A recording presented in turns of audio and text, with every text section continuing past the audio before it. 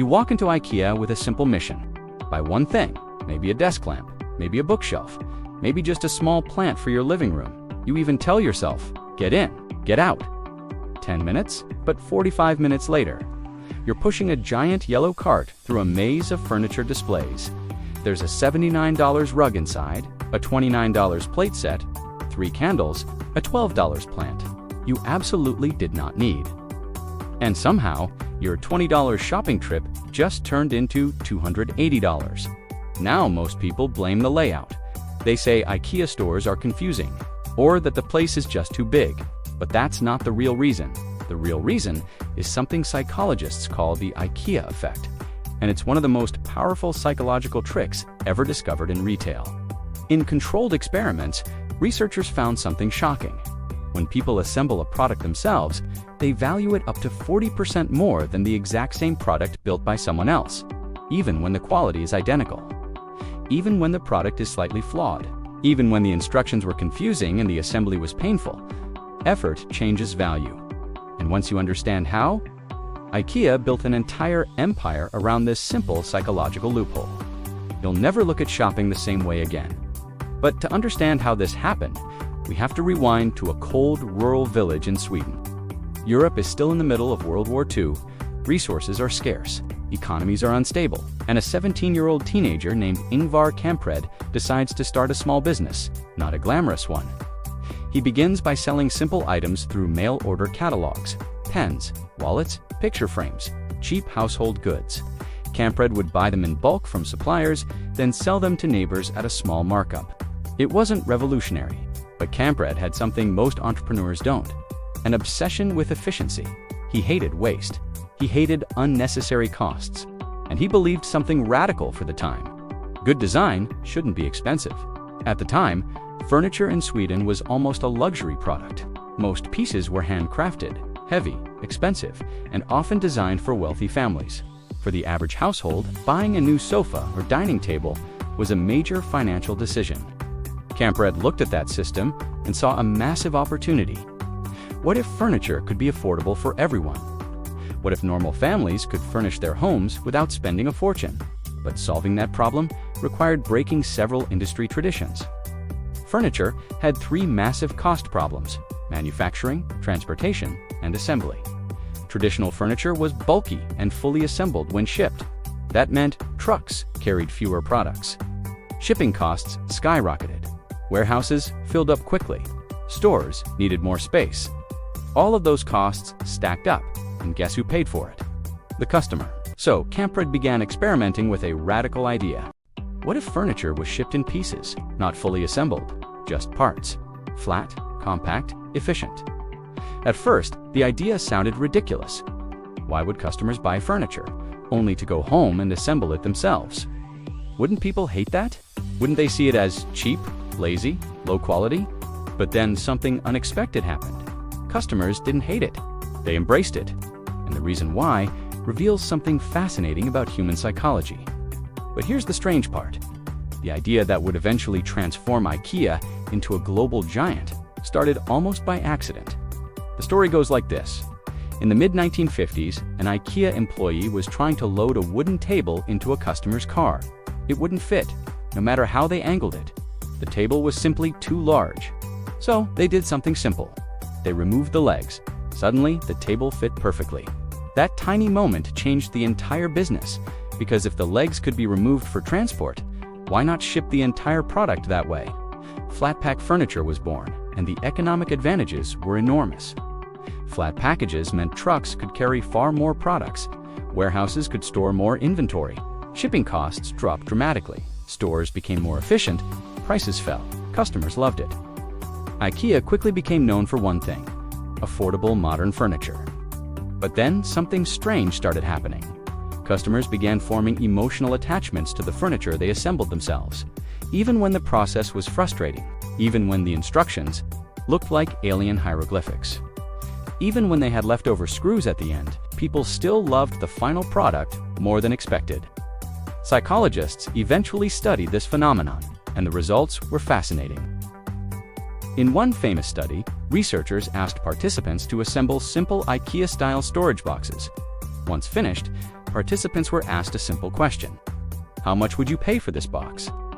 Then researchers asked a second group of people to evaluate the exact same boxes, built by someone else, same materials, same design, same quality, but the results were dramatically different. The people who built the boxes valued them significantly higher, sometimes nearly double. Why? Because they built them. Effort created attachment.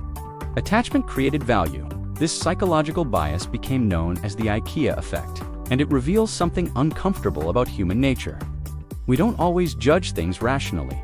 We judge them emotionally. The more effort we put into something, the more valuable it feels. Think about cooking. A homemade meal almost always tastes better than a store-bought one, even when the ingredients are identical. Think about building something yourself. A DIY project suddenly feels priceless, even if it's slightly crooked. Our brains subconsciously connect effort with worth, and IKEA turned that psychological shortcut into a global strategy. But here's where things get even more interesting, because the furniture assembly is only one part of the IKEA system. The real genius lies in the entire shopping experience. When you walk into an IKEA store, you're not just entering a furniture showroom. You're entering a carefully engineered behavioral laboratory. IKEA stores are famous for their maze-like layout. You follow a specific path, room after room, living rooms, bedrooms, kitchens, home offices. At first glance, it feels like a normal furniture display, but something subtle is happening to your brain. Instead of looking at individual products, you're seeing entire lifestyles. A cozy living room, a perfectly organized kitchen, a beautiful minimalist bedroom. Your brain starts imagining your own home looking like that, and that mental shift is incredibly powerful. Psychologists call this the endowment effect. The moment you imagine owning something, you begin to value it more, even before you buy it. And IKEA pushes this idea even further. Every display room includes dozens of small accessories, pillows, lamps, rugs, plants, picture frames, kitchen tools, all placed strategically around the main furniture. Why? Because these items are what marketers call low-friction purchases. Small, cheap, easy decisions. Your brain doesn't treat them like serious financial choices, so they quietly pile up in your cart.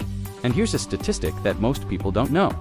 The average IKEA shopper enters the store planning to buy 1 or 2 items, but leaves with 9 or more products.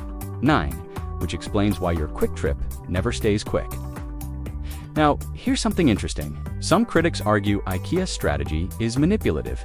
They say the maze layout traps customers inside, forcing customers to assemble furniture shifts labor costs onto consumers, and technically, they're not wrong. But others see it differently. They argue IKEA created a fair exchange. Customers do a little work, and in return, they get dramatically lower prices. Instead of paying for expensive manufacturing and assembly, you pay with effort. So, which is it? Manipulation or genius? Maybe both. But here's the deeper layer most people miss. IKEA isn't just selling furniture, they're selling participation. Customers become part of the creation process, and that creates something incredibly powerful. Pride. When you finally finish assembling that bookshelf, you feel a strange sense of accomplishment. Even if it took 3 hours, even if the instructions made you question your intelligence, you built something, and that emotional investment changes how you see the product. Suddenly, that $89 shelf doesn't feel like something you bought. It feels like something you made.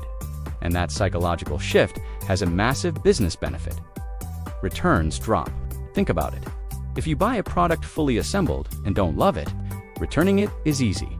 But if you spend 2 hours assembling it, most people keep it. Effort creates commitment. This principle appears everywhere. Video games, learning instruments, fitness training. The harder something is, the more rewarding success feels. But here's the twist. The IKEA effect only works under one condition. You have to successfully complete the task. If the product is impossible to assemble, or the instructions are too confusing, the psychological benefit disappears. Instead of pride, you get frustration, which is why IKEA spent decades perfecting their instruction design, simple diagrams, minimal text, step-by-step visuals, just enough challenge to create effort, but not enough to cause total failure. It's a delicate balance. Too easy, no pride, too hard, customer rage, and IKEA walks that tightrope every day. Now, here's where this story becomes incredibly useful for entrepreneurs, because the IKEA effect appears in many of the world's most successful companies.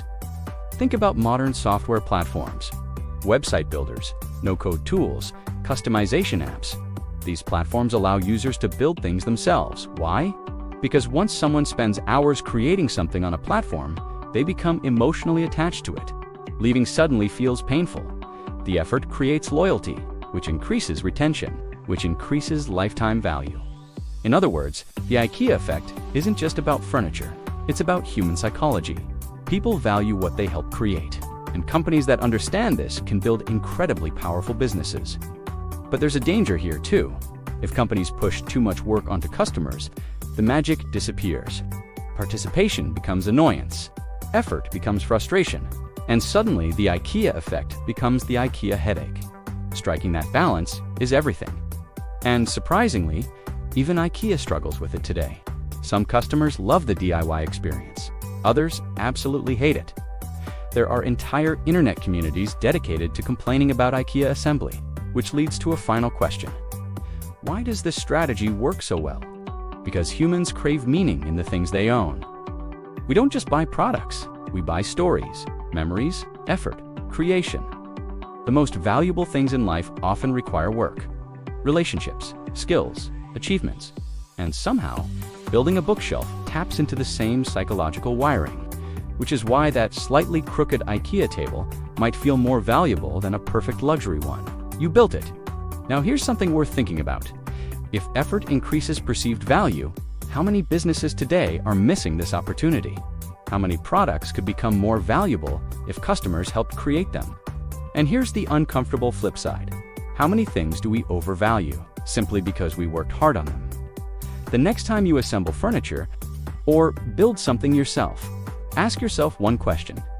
Do you love it because it's great or because you built it?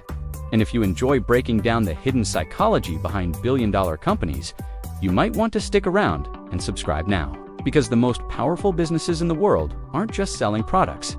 They're quietly shaping how we think. And once you see the psychology behind it, you start noticing it everywhere.